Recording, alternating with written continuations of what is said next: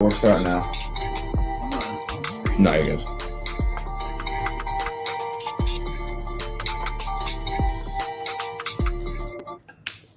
What's up, everyone? Welcome to the Soccer Sit-Down Show, second episode.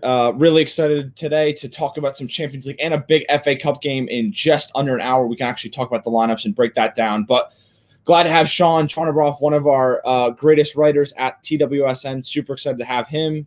But before we get started, check out our app on the App Store, TWSN app. It's really cool. That would really help us out.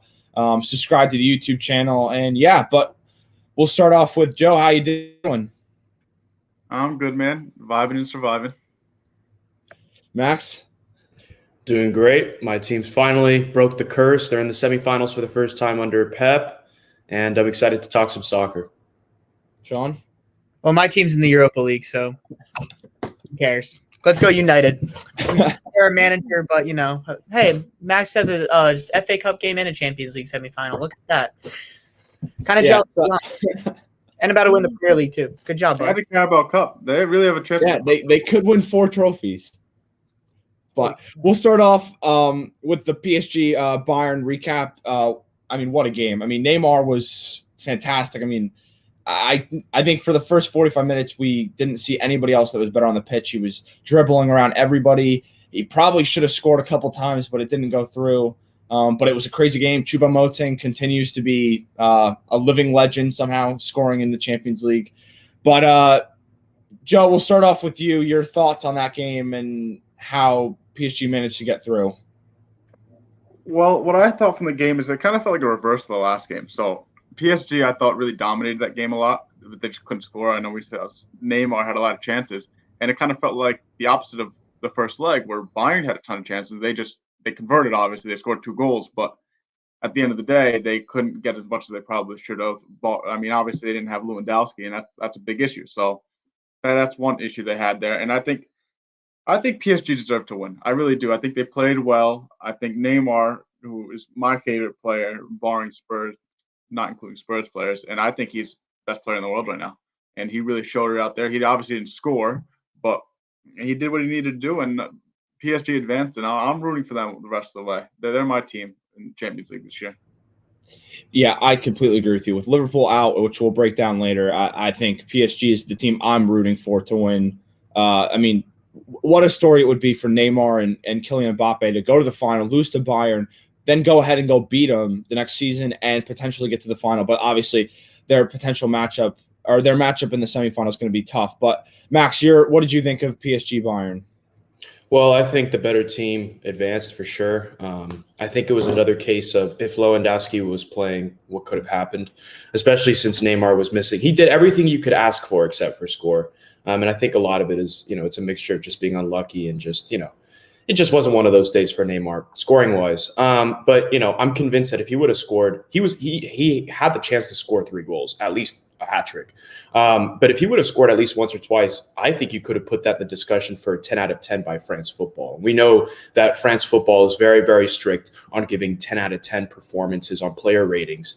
And I think Neymar was just unguardable for Bayern. He was all over the pitch, distributing the ball phenomenally, putting his team in situations to score. And he himself, like I said, should have had a hat trick. So I think if he would have scored even 1 or 2 times, he could have had a 10 out of 10 performance by France Football, which is one of the hardest things you could do as a player. Yeah, I completely agree. I think that was one of those, moments we saw where he didn't have many of those things at Barcelona. I can't remember one of those excellent performances on the Champions League level. And that might have been his best game ever in the Champions League, which is crazy because he hasn't been very fit all season. He just had come back for the first leg. He was pretty good, had 2 assists in a game where he probably didn't even play at his best. And then he comes out here and, he hit the post a couple times. He was all over dribbling and he was killing Mbappe through, and he probably could have had a couple goals. But, Sean, you have anything to add on that? Yeah, my thing is, I think like everybody said it, right? The better side won, and we look at this team, can it win a Champions League? And I think they weren't far away last year, and I think Neymar has elevated himself to that level. I think we always wanted him to get at Barcelona, right? We always said, when will he become that 3rd, 4th best player in the world? I think he's there right now. Max said it perfectly. That performance did it. But also, where does Bayern go from here, right? You have Jerome Boateng, who's aging. I mean, I'm not in love with Lucas Hernandez as a player. I know he's in the back line, but Alaba is aging. They have to start reinforcing a lot of that elite talent that they had in like 2013, 14, 15, even up to a year ago, where I think some of these guys post-COVID, I guess, maybe they're out of shape or maybe they're just aging. I think Max hit on the head. He said, well, what if Lewandowski was there? The point is he wasn't, and every team gets hit with injuries. I know it's hard to replace Robert Lewandowski, but nonetheless, you have to be able to adjust, and Bayern's got to do something big in the transfer market. Well, don't forget, they're bringing in Dayot Upamecano. That transfer has already been confirmed. So Bayern's going to get him going into this. Yep, it's coming. It's happening. I think they got him for just under 50 mil, which is a bargain if you ask me, for one of the players that could be probably the best defender on the planet. That's his potential. And that's exactly what Bayern needs because, like you were saying, Sean, their back line has been the weak bone or the weak part of the team for this season, frankly. Jerome Boateng's getting the boot. He's not going to be back. Alaba's probably going to Real Madrid, so he's going to be gone. So you're going to need a lot of defensive reinforcement there. So I think the partnership between Upamecano, or who else would be there, I guess? Probably Lucas Hernandez. I'd probably say Lucas Hernandez. It would either be Lucas Hernandez. Yeah, it'd probably be, yeah, I would say Lucas Hernandez. They've had Martinez drop deep a couple times. Even I know Kimmich could play a little bit deeper. I don't know if I'd want to put him in a complete center back role, but yeah. Nonetheless, Sula could be there as well, obviously, having those two paired up. Listen, either one of those combinations, Upamecano can really have that potential to be – he could have that Virgil van Dijk effect for Bayern Munich. That's how good he is. And I don't think that's a stretch to say. So to Sean's point, yeah, they need to be a little bit more active in the transfer window, but I think bringing in Upamecano, you're going to see immediate impact on that. And also one thing I want to address before I finish is there's rumors that Hansi Flick's probably going to step away from the job this summer. So to be the Germany manager since Joachim Low is gonna step down. So I'm just interested to see who's gonna be his replacement if he stays. If he stays, obviously Bayern is gonna be in the thick of things to retain their Champions League, or I guess in this case win it again. But that's gonna be another question mark looming over Bayern's head for sure. Yeah, and I think two things I wanted to say were go ahead, Joe. I was gonna say bring it back to Neymar. With the we were talking about with France football score. I don't know if you guys saw, but SofaScore gave him a 5.8 out of 10 for his game against Bayern because he had apparently 5 or 6 big chances missed, but he won man of the match, and that kind of generated a lot of discussion on Twitter and Instagram. Like, how could he have such a low score when he clearly dominated the game? Yeah, that's beyond me. I can't believe 5.8 for somebody that was probably the best player on the pitch. That's incredible. But he puts 1 or 2 of those chances away. That could go up to a 10 very easily. I mean, if that's the biggest knock, he played incredibly. Yeah, but I like what you mentioned, Max, because in terms of Upamecano, not only does that strengthen Bayern, but that hurts Leipzig. And I mean, in terms of them winning the league going forward, I mean, that seems like pretty much a lock every season. And when you're taking away from the second best team in the country, I think Borussia Dortmund could certainly be back, but they're probably going to lose Haaland and Sancho next season. And even though Marco Rose is probably going to come in and do really good things for them, because Jurgen Terzic hasn't been it, and I don't think Lucien Favre was much better either. So in terms of them going next season for the Bundesliga, I think they'll win the league, and it's not going to be much of a problem. But you mentioned before their defensive issues. I think these players and this personnel has been there for such a long time, and because they've been winning, it's been hidden as these cracks because this defense hasn't been that good for a long time. But now that they're getting exposed, it's going to be really hard for them to get enough personnel besides Upamecano. If he can change everything, then we'll be talking about a whole different story next season. But if he's not as good as we think, they could be in trouble for next season in the Champions League too. Speaking of Haaland real quick, there's links now that he might go to Bayern if he stays next year at Dortmund. And if that's the case, I want this league folded. I don't understand it. Bayern just takes everyone from the Bundesliga. They're taking Upamecano. They just take everyone. Lewandowski came straight from Dortmund, who are rivals. It's such an unserious league. I can't believe it. It's just an unserious league. So unserious. It's in my opinion. I'm gonna say it right now. It's the worst league. The worst of the big league because every year it's Bayern. They just get all the players from around the league. It's very unserious.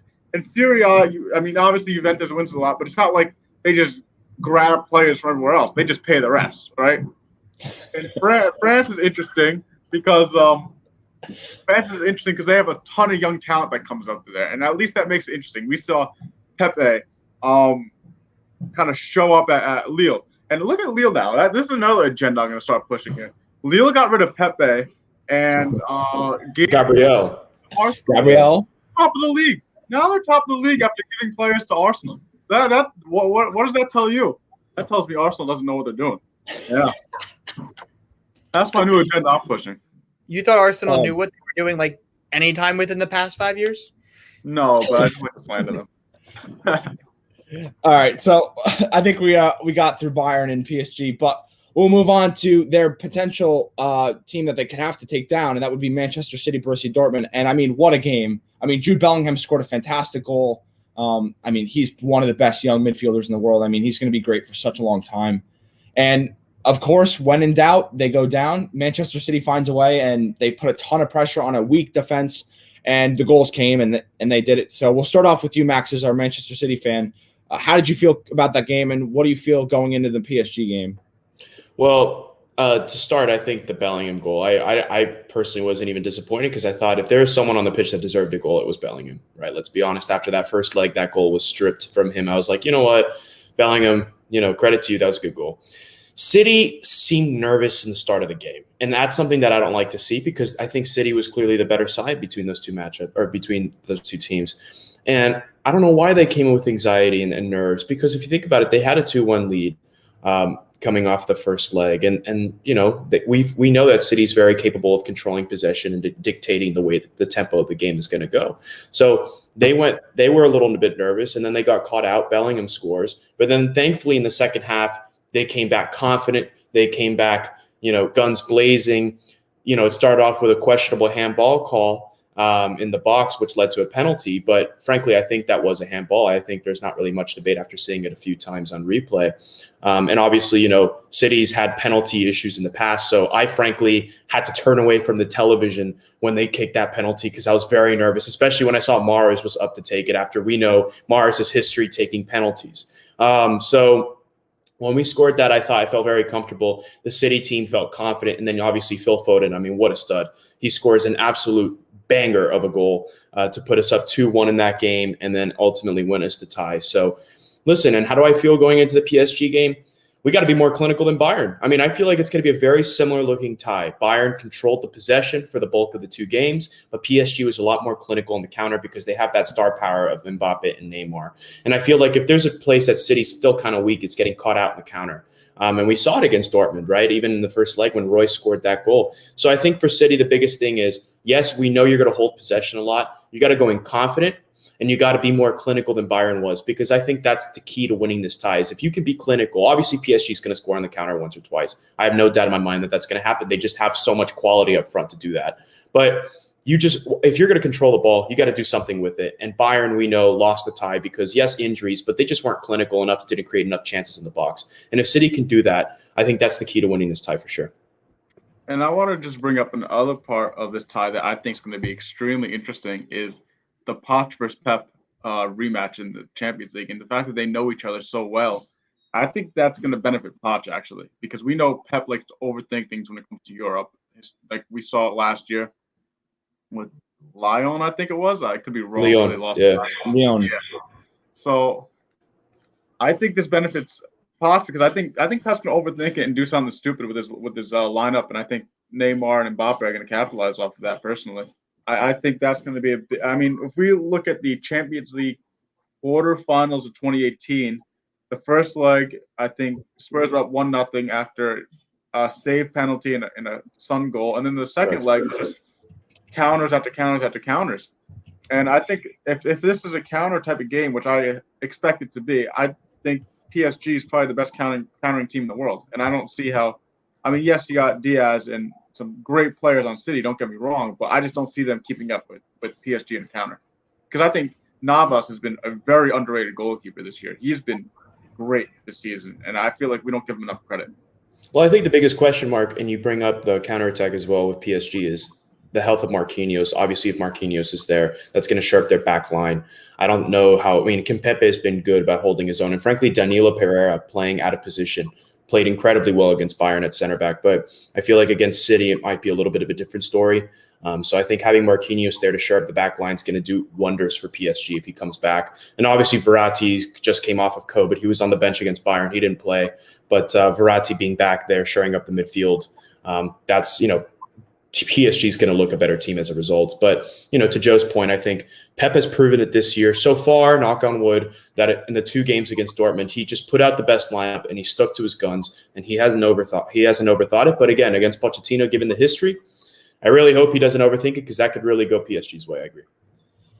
Yeah, and I think the one difference between, say, the past and this season is going to be the talent of your team and the depth of Manchester City, because this is probably the strongest team in terms of a squad we've seen in the Premier League and maybe in Europe in a while. I mean, Raheem Sterling, who's probably going to start for England in the Euros, is not even playing for this team. I mean, that's incredible, and I think that's going to really help him in a 2-legged tie. I think Sergio Aguero could come on and do some magic. Ferran Torres has been really good this season. I think the depth of Manchester City could be the difference, because, to be honest, the depth of PSG is not as good, especially in the midfield and the back line. I think in the attack, you can bring Moise Kean on, who's been really good this season, but he might not start. And I know Joe loves him as an Italian guy.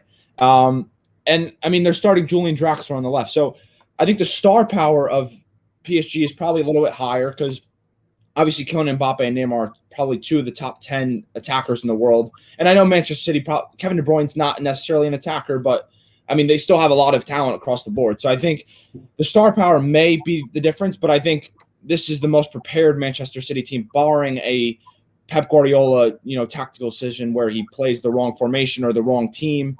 I think Manchester City should be, right there to make things happen and not make the mistakes that they've made in the past. But Sean, what do you think? I think you're somewhat underrating the star power of this Manchester City side. Like, Kevin De Bruyne, in my opinion, is the best midfielder in the world. He's the best creative player in the entire world. We talked about what Neymar could do, all that, blah, blah, blah. And while he's amazing, I'll take what De Bruyne does on a game-in, game-out basis over Neymar. I'm one of those few people who might think that, but I just think while Neymar has this flair, there's so much subtle simplicity to De Bruyne's game. I am the biggest Kevin De Bruyne fan you'll ever meet. I also think Phil Foden is on his way to being a Ballon d'Or quality player. Like, I think that dude is amazing. Like, Max touched on his goal. You watch it, the goalkeeper was cheating, and he had a little bit of room and he smashed it. It takes a different kind of player, a different IQ to notice that little bit of space on a little bit of a cheating goalkeeper who was expecting him to push that ball back corner. Because as a former goalkeeper, I was expecting him to try to push that back corner. At his young age, to know that, it's a different type of mindset. And then I just look at, I think Ederson's the better goalkeeper than Keylor Navas. And I look at the back line. Ruben Diaz is quickly becoming one of the best defenders in Europe if he's not already in that tier. I like everything about this PSG team better. Sure, or Manchester City, does PSG have more flair?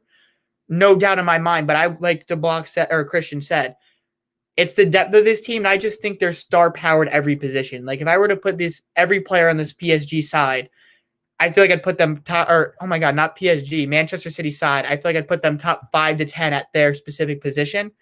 I can't say that about PSG, especially like as Max said, you're playing certain guys out of position, and while they did that well, they weren't dealing with the quality of midfielder of a Kevin De Bruyne, a guy who could just subtly manipulate any defense before it even happens. They weren't dealing with a Phil Foden, a Gundogan who had a very nice season, and even just pushing up the wings, Zinchenko, Walker, Mendy if he's off the bench. I just think there's too much talent where even if Pep does overthink this a bit, I still think the talent outweighs on Manchester City, PSG enough to where they'll win the tie. Like, to be honest, I have Manchester City winning the Champions League right now. Yeah, I think in terms of the Champions League, who could win it, I think Manchester City's probably the favorite now, especially without Bayern, who was probably the favorite going into the season, and now they're out. So I think if Manchester City finds a way, I think Phil Foden, they have so many options. That's the thing. And we'll see what they do today. And actually, we have the lineup up now. But in terms of them, I think there's so many different ways they can win the game. It's not like you have to go to one guy or somebody has to perform in order. Because in terms of PSG, you probably need Neymar and Mbappe to perform, or one of the two to be at a 10 performance in order to win this tie. But 5 or 6 guys could have an excellent performance for Manchester City, and they could win this leg just based off that and their defense, because I feel more comfortable with the defense of Manchester City versus the defense with PSG, especially if Marquinhos is unavailable. That's the big question, because Danilo Pereira was fantastic, like Max mentioned, against Bayern, but will he be the same against Manchester City? I'm not too sure that's the case. So Yeah, I agree, Sean. I think right now I would have Manchester City winning this and probably winning the whole thing. But yeah, I think it's interesting to see. But Joe, in terms of you, do you have Manchester City winning this tie as of right now? No, I'm gonna rock with PSG here. Those are my guys. I gotta support Poch and Neymar. Like I said earlier, he's like my favorite player in the world. So I'm rocking with them. And Max, I would assume you would have Manchester City going through it as of right now. It's tough to say. I think I don't like to predict Manchester City in Champions League until I see the lineups because I know that they've disappointed me many times in the past, and I don't want to fall. I don't want to fall for it again. So until I see Pep not overthinking it, which he has not done so far, I'm gonna stick with not giving you an answer right now. You're the most superstitious fan I've ever met, Max. Like, you're the most superstitious fan. Like, I don't care the sport. Like, we would do the Sunday kickoff show, and I wouldn't go to Max or Dolphins games because he's just like, I don't want to jinx it. I don't want to jinx it. He's the most superstitious fan I've ever met. I respect it, man. I respect it. Oh, look, All right, Sure, I'm very superstitious. All right, we'll move on to the less interesting tie. But honestly, there are some good storylines with Real Madrid and Chelsea. We have the Eden Hazard return. He's now fit. So that could be an interesting return to Stamford Bridge. We have Thomas Tuchel versus Zinedine Zidane. This is going to be very interesting. But we'll start off with you, Joe. You've seen Chelsea a lot. You've probably seen a little bit of less of Real Madrid. How comfortable do you feel saying Chelsea could get through? I'm begging they don't get through. If they get through, I'm in hell. I'm just going to say that right now. I can't have it because, first off, I got Arsenal in the Europa League who might make a push for the final. And then you got United who might make a push for the final. If Chelsea somehow managed to get to the final, I am finished. I am just absolutely finished. But jokes aside and stuff, I don't think Chelsea's that good. It's a weird. They have a weird dynamic, right? Where they play good defense, but they still have their gaps in them. And I think that Real Madrid is going to take advantage of that. I think Zinedine Zidane is such a good manager, and I don't think he gets enough credit for him. I have beef with Zidane, but aside from that beef, he's still a very good. He's still a very good manager. I mean, we see what he's doing right now. He doesn't have Ronaldo. His midfield is still elite, but aging. Benzema's clear as he's one of the best number nines in the world. Let's discuss that for a minute because I feel like he doesn't get enough credit. We talk number nines, obviously Kane, Lewandowski, Haaland.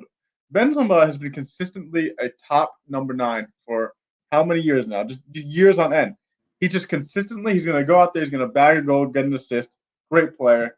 I think the Chelsea back line gets aided by the fact that they haven't played that many good teams. The Prem is so overrated. They're not playing that many great teams in the Prem.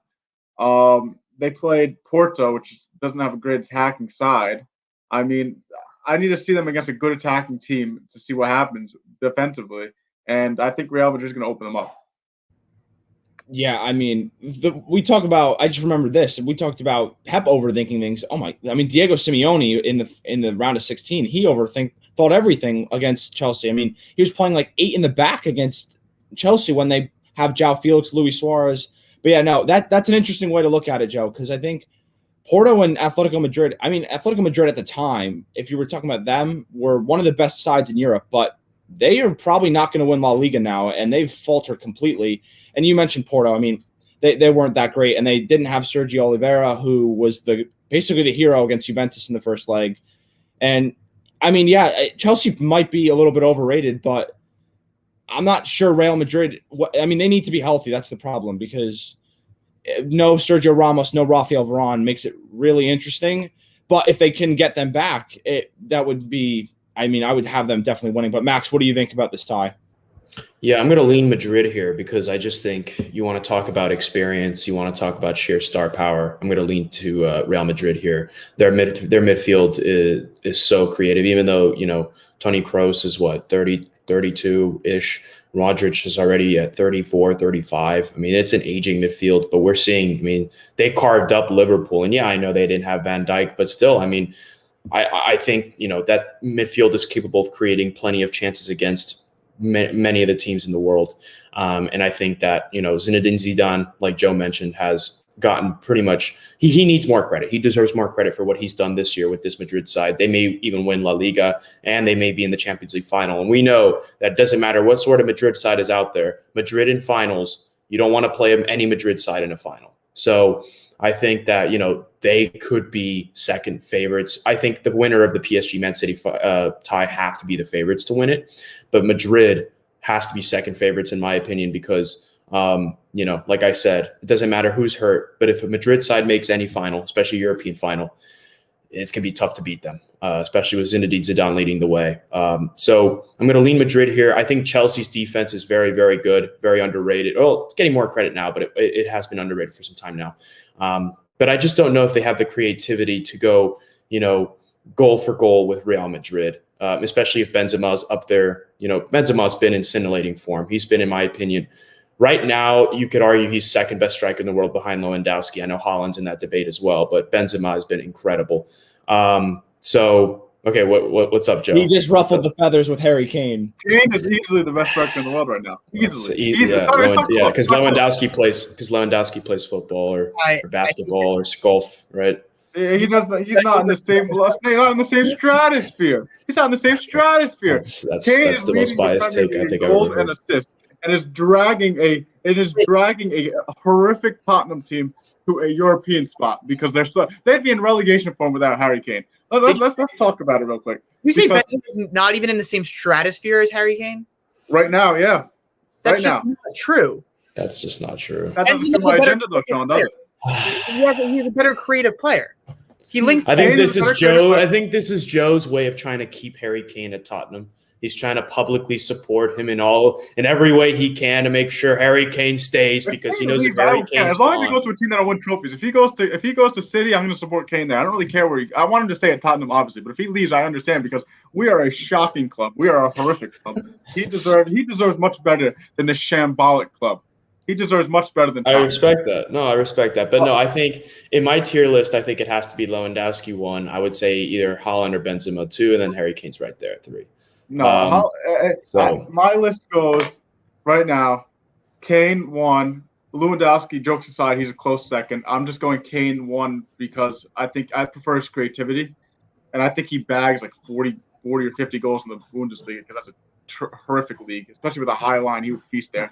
Number 3, I'm gonna go Benzema, and 4, I'm gonna go Haaland right now, just because I think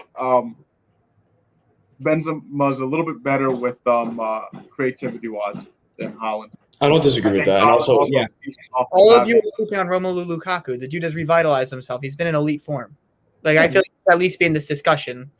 He's basically leading Inter Milan to a Serie A. Yeah, he's easily fifth. He's on that list, but I still think that Benzema, Lewandowski, Kane are just a different stratosphere from Lukaku, in my opinion. I would take all those guys over them. I just think it's disrespectful that he hasn't even been brought up in this. Like the guy is leading the Serie A. We know he's played in the he could play in the Prem at an elite level. Like he's done it everywhere he's gone. So and also Ronaldo is used as a striker at Juventus now. He's basically a striker. And Mbappe's playing as a number 9 right now too. Yeah. So how literal do we want to be with the term striker? That's where this debate comes when we talk the tactical side of soccer. Because if Mbappe's playing as a 9, I'll take him in the Harry Kane tier. Yeah, I agree. No, that's true. That's true. Yeah, well, I don't even know why we brought this up, but I'm just saying, I do think that that those guys that we mentioned have to be in that discussion for sure. But yeah, no, I think that's all I have to say. I do want to bring up one more thing. I think Kroos and Modric feast in this tie. I think so too. I completely agree. And I think those two are just still two of the best in the world, and they're getting up there in age, and they're just insane. They're just insane, man. Yeah, I mean, the ball in the first leg from Kroos to Vinicius just shows you why he's still at such an elite level. I mean, pin perfect. It was from like 65 to 70 yards. I mean, he put it right on Vinicius's foot, and there you go. That's why Liverpool got exposed. But, I mean, I'll take – the one thing I did want to mention about Liverpool, which, I mean, I do need to bring it up, is I'm actually not too upset with going on in the Champions League, which might be an unpopular take just because, you want to win the Champions League, but honestly, there's no way Liverpool were going to win the Champions League without Virgil van Dijk and Jordan Henderson and Joe Gomez. And I honestly, the way I see it is I'm more worried about getting the top 4. And I know a lot of the people that watch this and are Premier League fans know how important that is, especially for a team like Liverpool who are going to try to retain guys like Mo Salah and Sadio Mane for the future, which Sadio Mane has been underperforming this season. But especially with West Ham losing this morning, which we didn't talk about. They lost to Newcastle, and I mean, we were ranting about Newcastle last week, so that's pretty incredible they went on in the win next week. But I'm more focused on that. But yeah, I completely agree with you, Joe. I think the experience and the leadership that they'll get from the midfield, along with Casemiro, who's a pretty good midfielder as well, that will be really important for them. And I think Chelsea are probably they have a shot, and I think everybody should give them a chance to win this tie. The problem for them is, one, their finishing up front is not good enough. They probably should start Giroud, in my opinion, if they want to go for a guy that's got some experience on a top level, especially for France.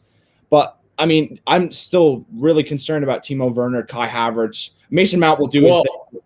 Which I think Kai Havertz as a false nine has actually kind of worked as of late. Kai Havertz has kind of been he's been playing the best football of his Chelsea career as of late.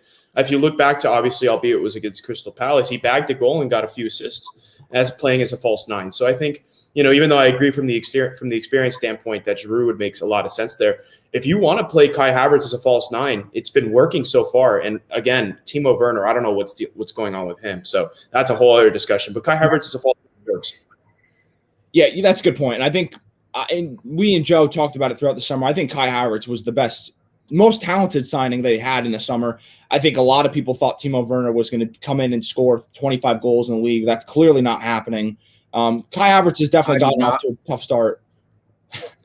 And I mean, Kai Havertz, they were playing out of position, which was part of Lampard's problem. But yeah, I think Kai Havertz is probably the most technical, one of the guys they could rely on, along with Mason Mount. And I would hope Pulisic can start. That would be really nice to see him start in a semifinal. Yeah, I think that would be the key for them. But yeah, I think even if Eden Hazard doesn't perform, Vinicius Jr.'s, and we mentioned last week, he hasn't performed at the level when he came to Real Madrid, but he's playing great right now. I think they're really, really dangerous, and they probably are the team that I would have going through. But Sean, if you had to pick one, who would you have go through? I would have Real Madrid, because as much as we said, they're unhealthy, and the Chelsea attack, they're unhealthy in the back. The Chelsea attack is extremely underwhelming. The Liverpool attack is arguably the best trio in the world, with a Diego Jota back, gave up 1 goal in 2 legs. As bad as they were hurt, only 1 goal in 2 legs, and I feel like that should stand for at least something. You have stability in the back with Courtois. If you get either Ramos or Varane back, your backline's going to be another level, but it was good enough to hold off Chelsea or Liverpool. Now against Chelsea, I think they're going to be just fine. I really do. I don't think they're going to get killed. And do I think you might see a leak or two? Yeah, it might happen, but I will take the Benzema, Modric, Toni Kroos, the best passing midfielder in the world. Vinicius is quickly becoming a very, very good player. So I'm going to take Real Madrid here, but I think the more important point of Chelsea is this is where your signings need to prove themselves, right? Because I believe I saw a stat that Timo Werner has actually had more goal contributions than I think it was Sadio Mane this season, if you look it up. But but it hasn't come in the moments they needed it. I'm assuming Werner's been doing stuff against like 4th league teams in the FA Cup and Carabao Cup.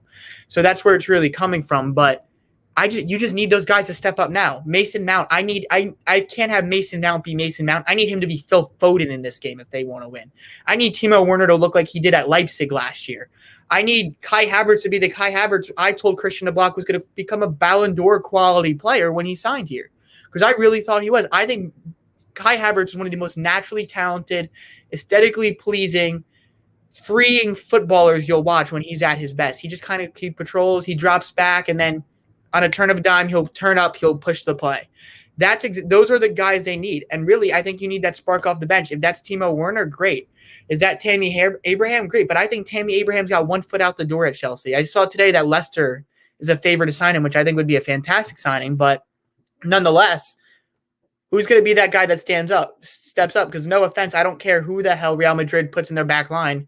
It's better than Chance Mbemba or 40-year-old Pepe. I don't care who it is. And they only scored in 1 of 2 legs.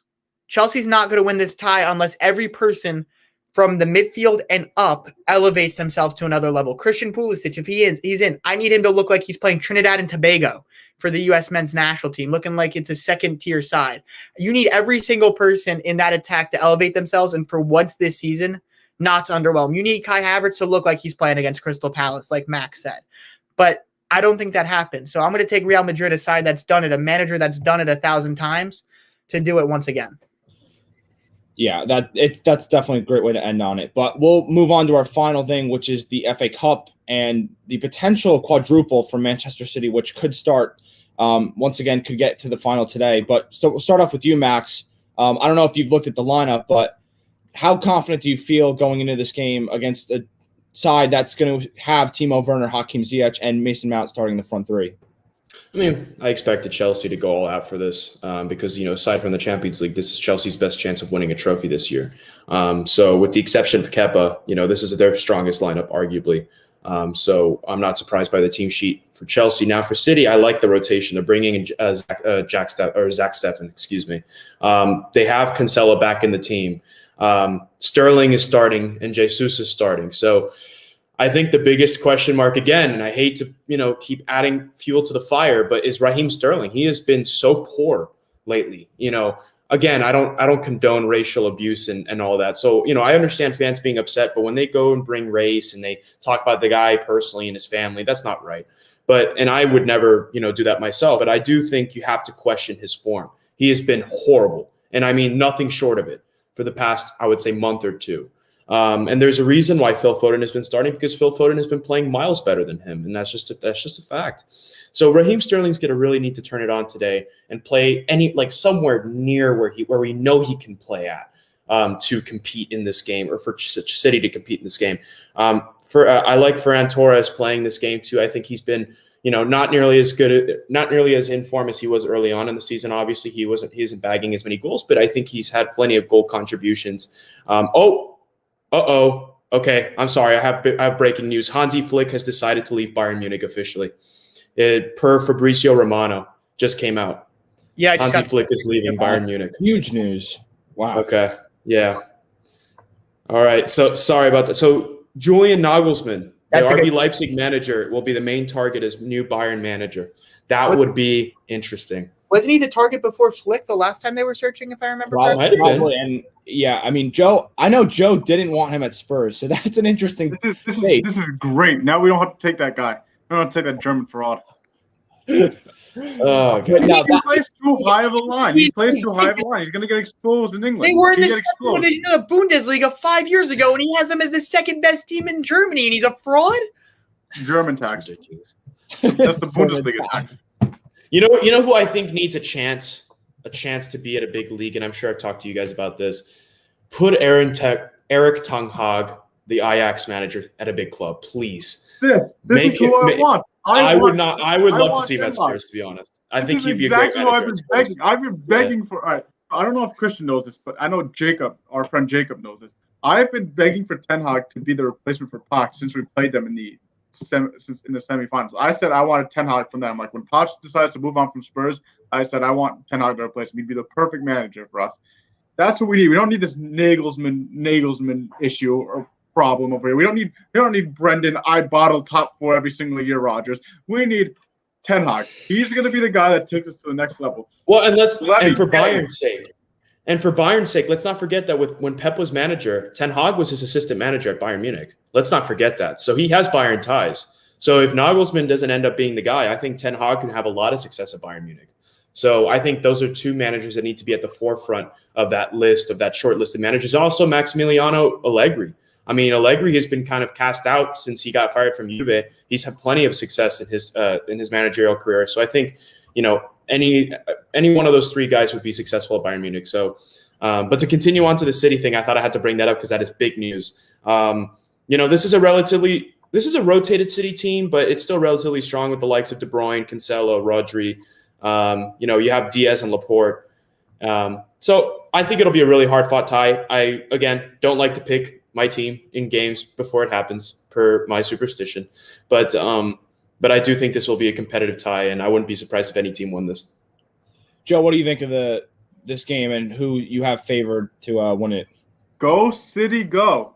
Yeah, go. I think City's going to win this game. I think their rotated team is good enough to be top 4 Premier League. They just got that oil money, man. They're different. Unless we get playoff Pulisic, I think this one's good for City. I think City's gonna win the not the quadruple. but they're gonna win the treble. And They're the gonna win. only reason They're you're gonna win the saying that is domestic. They're gonna because win the they're gonna domestic lose the treble. Carabao Cup. They're gonna win the domestic treble. Ooh, okay. Oh, I thought you were going to say they weren't going to beat Spurs. No, Yeah, that's what I thought. That's what I thought you were wiping alluding the to. floor with us. No, because I have PSG beating them. So Okay. Okay, yeah, that's fair. Sean, we'll go to you. What do you think of this tie and the lineups? I'm going off gut feeling here, but I'm taking Chelsea. Like Max said, they have everything to play for, and City doesn't have that much to play for in this one. I think that does something here. Like, I really do. I see every player in this lineup with a reason to have a chip on their shoulder. Kepa has every reason to have a chip on his shoulder. We have 7 underwhelming attackers on this Chelsea team. 3 of them, each of them are trying to break out from each other. I really feel like Max said, like, who's going to have that creative influence? I know De Bruyne's amazing, but to be honest, I would have rather not put him in this game, but it is the FA Cup, so I'm not going to hate on it. And this, I still can't believe this is a rotated City side. Like, the fact that Mendy's like a bench, can come off your bench from the Champions League on Wednesday, not even need to play in that game and be in the FA Cup on Saturday is sensational. Wow, that's amazing. But I think you're going to see a lot of good counterattacking from Chelsea today. I think Reece James, Ben Chilwell, they're going to have really good games. I think they're going to really be able to expose a little bit on the wing and really open things up for Mount, Ziyech, and the question is, does Timo Werner bag a goal or two? You just got to put him in position. I don't think it's a talent thing. He's still getting in all the right positions. He's just not putting them away. It's all mental. And once soccer has this weird tendency, once you break the first one out of a bag, you go on a run. Like, you look at it's happened plenty of times. A striker goes a few games without scoring. They'll score 8 in a row. I think who's the all-time premier, Teddy Sheringham or whatever. He was Alan Shearer too. He would always say, like, he wouldn't score for 3 or 4 games. He'd get in a rut. Next thing you know, he scores 8 and 6. Because that's just how great goal scorers are. I believe Timo Werner at his best is still a great goal scorer. So I just have this gut feeling that you're going to get a Reece James work down the wing. He's going to cross one in. Werner's not going to bag 1, but he's going to bag 2, maybe 3 today. I just got a gut feeling you're going to have a Timo Werner breakout game. I don't have the greatest logic for it. I'm not going to lie, but that's the beauty of sports. Amazing things happen, and that's more importantly the beauty of the FA Cup. I will eat my sandal on the show if Timo Werner bags a hat trick today. Of course. Sandal. All right. I will eat my sandal if that happens on the show. That's disgusting. Like, you don't say that. I didn't even ask you. That's disgusting. That's how confident I am Timo Werner when I'll score a hat trick today. Joe, I won't make you eat a sandal. How about I just send you a bag of sand from the beach and I have you drink that live? All right, fair enough. Because it's not I don't want to see you bite a sandal. I feel like it's less painful. But I'll admit, Werner's been struggling. But I just watch. I feel like every Chelsea game I've watched, there's been 1 or 2 moments where I'm like, he's got to bag that. And I feel like FA Cup, not really league pressure as much as Chelsea's in their top 4 fight, whatever. I know Thomas Tuchel really believes in him, and you see the way he talks in his press conferences. I'm a big Timo Werner fan. I personally believe in him. And if they're going to play him up the middle, I feel like you're going to get a few good chances today where I feel like he's going to bag 1 or 2. Yeah, he definitely will have the opportunity. I think it's the 2 things I'm interested to see. And I'm not the biggest Gabriel Jesus guy. I'm not sure how you feel about him, Max, but I've been on the record thinking he's not the Sergio Aguero replacement. I think you could do better with somebody else, whether that's Harry Kane or Erling Haaland, who are elite, which it might not be as realistic, but even a younger guy, I'm not sure how you feel. Let me hear what you think about Gabriel Jesus first. I think Jesus is a very, very good rotation player. I think he brings a lot of creativity at the striker position. I think he's a skillful player. Like, when we have the false 9, sometimes he will have him play out wide, and he's, capable of creating chances. I just don't think he's clinical enough to be the Sergio Aguero replacement. So I agree with that. Yeah, and I think that we'll see it in the game today. I mean, I don't think my opinion changes whether he scores a goal or 2. I think that's just predicated on how good City is and how much chances he could get. But yeah, I think it'll be really interesting. It'll be a lot of fun. There's a lot of depth on the bench, so somebody on the bench could be the change in the game that makes it all. But yeah, I think Man City gets it done. But that's all for us today. Thank you so much for watching. We'll be back again at 11:30 next week, so stay tuned for more. And thanks for watching.